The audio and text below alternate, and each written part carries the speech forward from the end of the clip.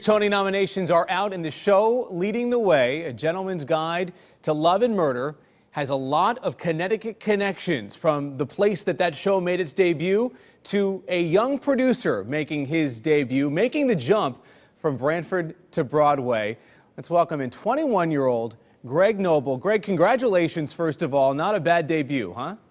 Thank you. Thank you very much, Chris. Now, look, Greg and I are both Branford guys. I've known Greg a long time.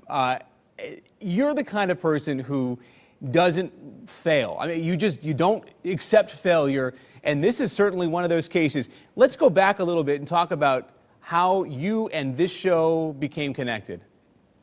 Sure. I do fail. I fail a lot. I saw this show about a year ago. I was working at a design agency in Connecticut, and we repped the costume designer, the fabulous Linda Cho, who also got a nomination this morning.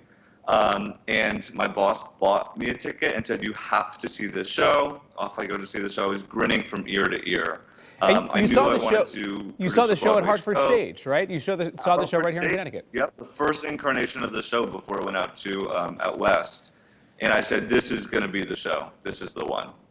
Turns out you were onto something there. Now, what does this mean to have a show like this, which has gotten great reviews, but to have a show like this now get these 10 nominations, all the way from the top down to folks who are working behind the scenes? Yeah, it's incredible. The show's been recognized on so many levels, as I believe that it so deservingly does. A new musical like this getting an opportunity to be on a platform, I mean, it was really important for us to pick up a nomination like this. We get 3 minutes on the national broadcast that goes up to 8 million people at the beginning of June to showcase our show. It's a massive opportunity and a huge honor for so many of our folks working tirelessly on this show. We have a huge team. All right. Greg, talk a little about something that I think a lot of people don't really understand necessarily. What is it that a producer does? What is your involvement? What has your involvement with the show been? Absolutely. So I sort of see myself and my position and our team's position as sort of a venture capitalist for Broadway shows.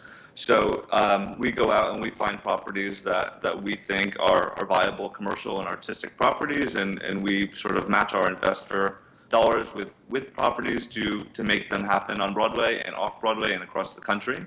We're also involved with Of Mice of Men this year, which picked up 2 nominations today and broke the box office record at the Long Acre Theatre yesterday. So that's sort of what we do, and we also get involved with projects creatively from start to finish, and when we first read them on the page and sort of start to develop them and groom them to get them ready for Broadway or wherever they're going to end up.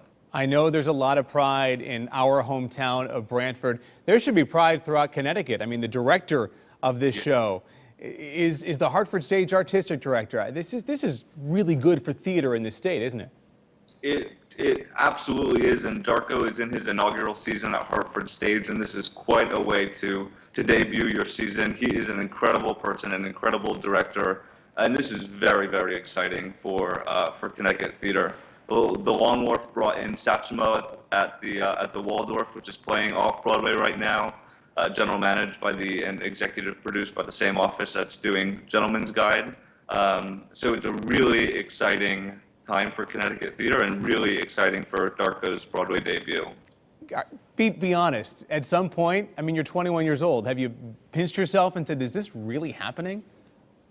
Yeah, yeah, all morning. It's not supposed to happen. It wasn't supposed to happen like this. I dropped out of college. That wasn't supposed to happen. And it's been a wild ride, and I've been really blessed with great friends, a great business partner, a great team at our company, Seaview Productions.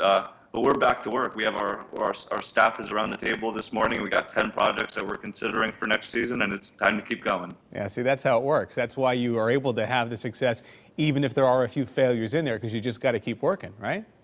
We're trying. We're doing the best we can, and we're learning every day and failing every day. That's what makes you stronger, I guess. All right, Greg, thanks very much. Good talking to you. So proud of you and the team, and it's a great honor, and it just made this day of Tony nominations a little more special certainly in our little town of Branford, but here in Connecticut as well. Thank you so much, Chris.